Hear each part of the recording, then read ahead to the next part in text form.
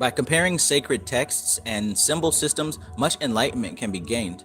The language of most of them is so obscure and symbolic that it is often difficult to tell the difference between what is profound symbolism beyond one's present understanding and what is just corruption in the text through faulty copying or translation.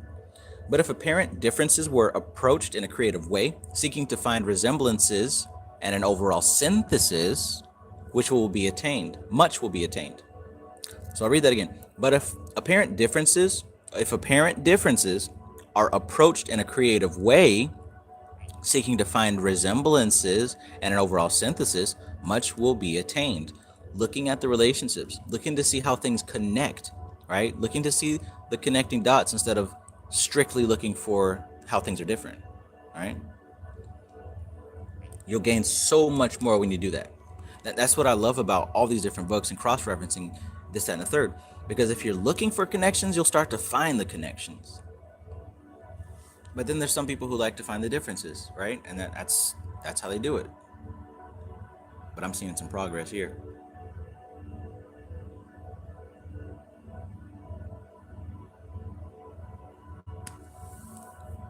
MC Maestro says, I think the language used was the secret since it barred many from understanding the doctrine.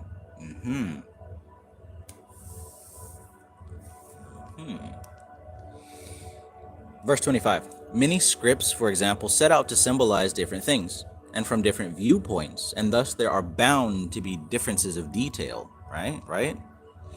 Also, it is well to make one's own interpretation of symbolism through meditation and not to accept other people's ideas. Not only are there differences in people's psychology, causing them to see things in a different light, but also much symbolism has reference to many different levels. And as one opens consciousness to different levels of being, then the understanding of particular symbolism may well change or expand also, right? So a lot of times when you're looking at this stuff, like I said, it depends on your level of purification, your level of education, your level of enlightenment. That's what is going to determine how deep your understanding goes.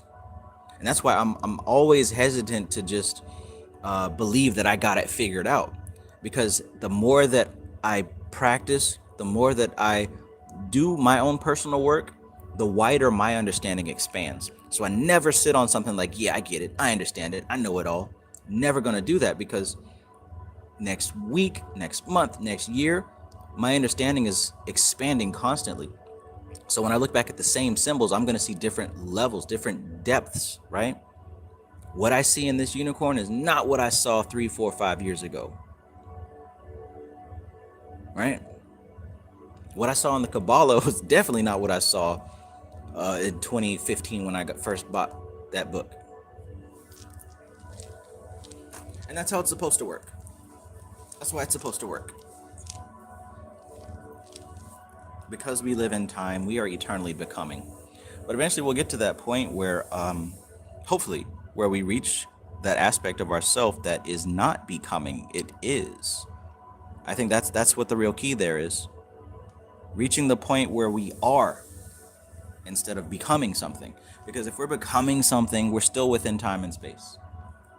And what I'm looking for is beyond that.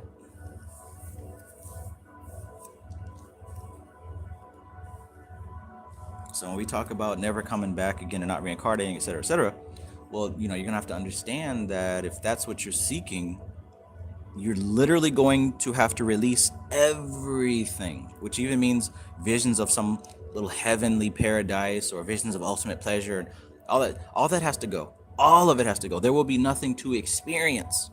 Now, the logic mind cannot fathom what that's like. You can't say that that's good or bad because you don't know.